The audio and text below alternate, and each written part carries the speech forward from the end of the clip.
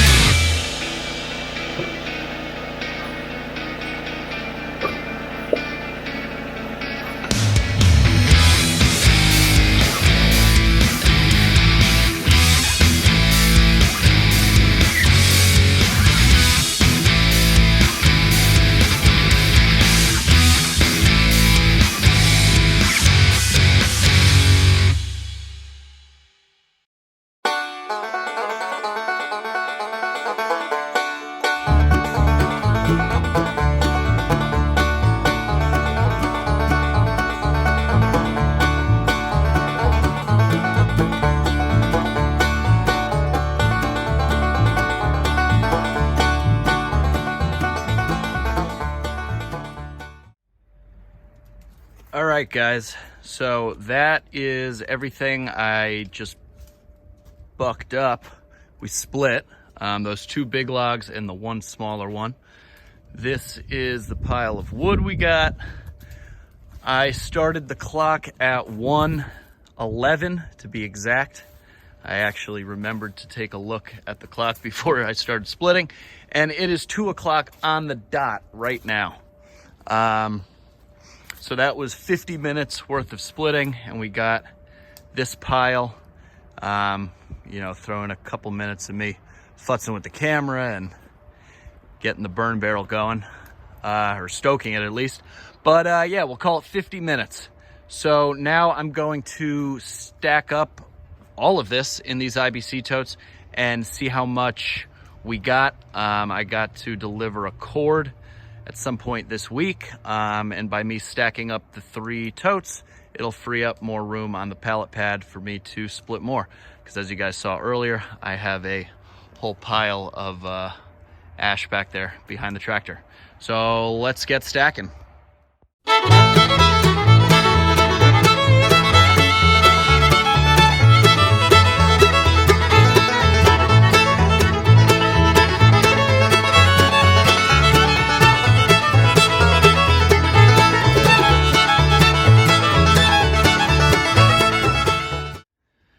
So I just stacked up all that wood that was on the pallet pad here. I split it in about 50 minutes, give or take. Well, let's say an hour, because there was a little bit of wood I forgot already down on the pad from the last time I had split. It almost was a full cord. We got, you know, about another half tote yet to go. So I'm going to hop on the tractor and bring over a couple more logs from that pile over there, and we're gonna grab them and finish off this tote.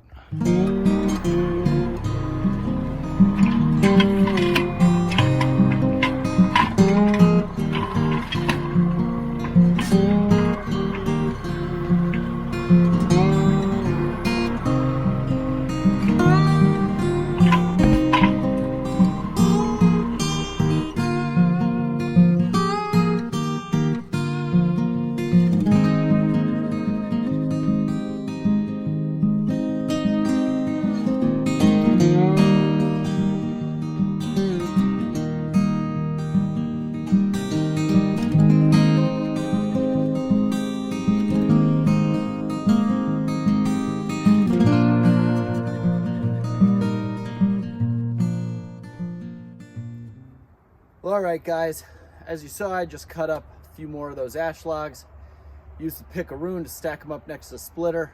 It's starting to get dark, the sun's starting to go down. It'll probably be down in the next hour or so, but this video's been long enough. You guys get the idea. However, there was one more thing I wanted to do. A few of you mentioned in the comments in the past couple videos, I've been using the moisture meter, and it seems like some of you guys like to see what the moisture content of the wood is. As I said, this stuff is pretty much ready to burn. I mean, you can hear it just even when I bang 2 pieces together. I will turn on the moisture meter here and let's see what we got. So this piece we just split today. Let's see. Oh, fell out. We're at 18.4, 18.3%. Got a smaller piece here. This is at just under 15, which is great.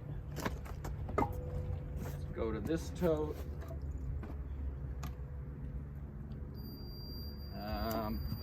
This piece is at 17.5. Another piece from this tote. Oh, all right. Well, this piece is a bit high. This is about, what, 26.7. So this will need a week or two to dry out. And from the final tote, let's see. We got 20. One more. We got 18.2. So Out of all those pieces, I just picked up, I don't know, I picked up 6, 7, 8 of them. Only one, I think, was above 20%. So I'd say that's pretty good.